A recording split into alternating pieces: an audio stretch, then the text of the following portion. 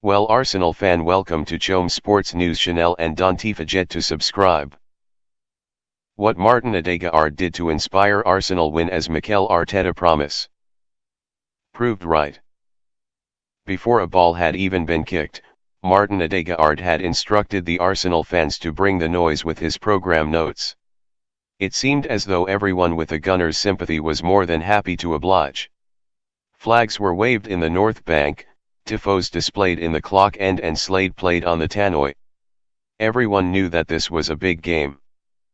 In the Premier League, Arsenal have been flawless this year. 5 wins and 21 goals had put to bed many of the doubts over their efficiency in front of goal. But upon returning to European competition in midweek, older concerns began to rear their head. Porto, led by 40-year-old veteran Pepe, mastered every dark art in the book. Arsenal, by the admission of Declan Rice, couldn't match this know-how. Having shown a glass jaw against these kind of teams, there would have been few opponents they wanted to face next than Newcastle. In Portugal, 36 fouls were committed across a match in which the ball was in play just 51% of the time.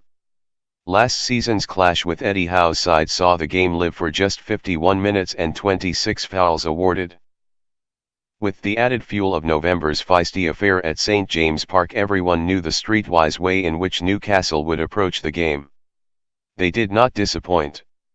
Loris Karius began taking his time over free kicks, Tino Livramento was slow on throw-ins. Bruno Guimaraes was snapping into tackles on Jurgen Ho. These were the almost identical conditions that Arsenal faced at Estadio do Dragao.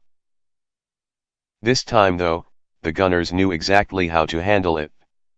The home crowd were straight onto Newcastle's time wasting, and after a smart piece of mind games from Mikel Arteta in his pre-match press conference to call for the referee to manage the flow of the game, so was Paul Tierney. After just 6 minutes, Tierney was having a word with Livramento, scolding him for taking too long over the throws.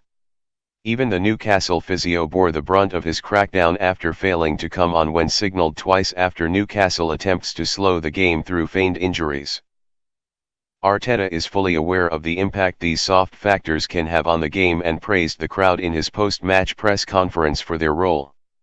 "If we want to be the best club in the world, we have to have the best stadium and best atmosphere in the world, that's for sure," he said. "Really impressive. Thank you so much for everybody who turned up today with that attitude. Thank you to the club as well for pushing for that and trying to generate that atmosphere, because it makes a huge impact for the team." With this side of the game well managed, Arsenal were able to keep up the tempo that has been a key feature of their recent fantastic league form.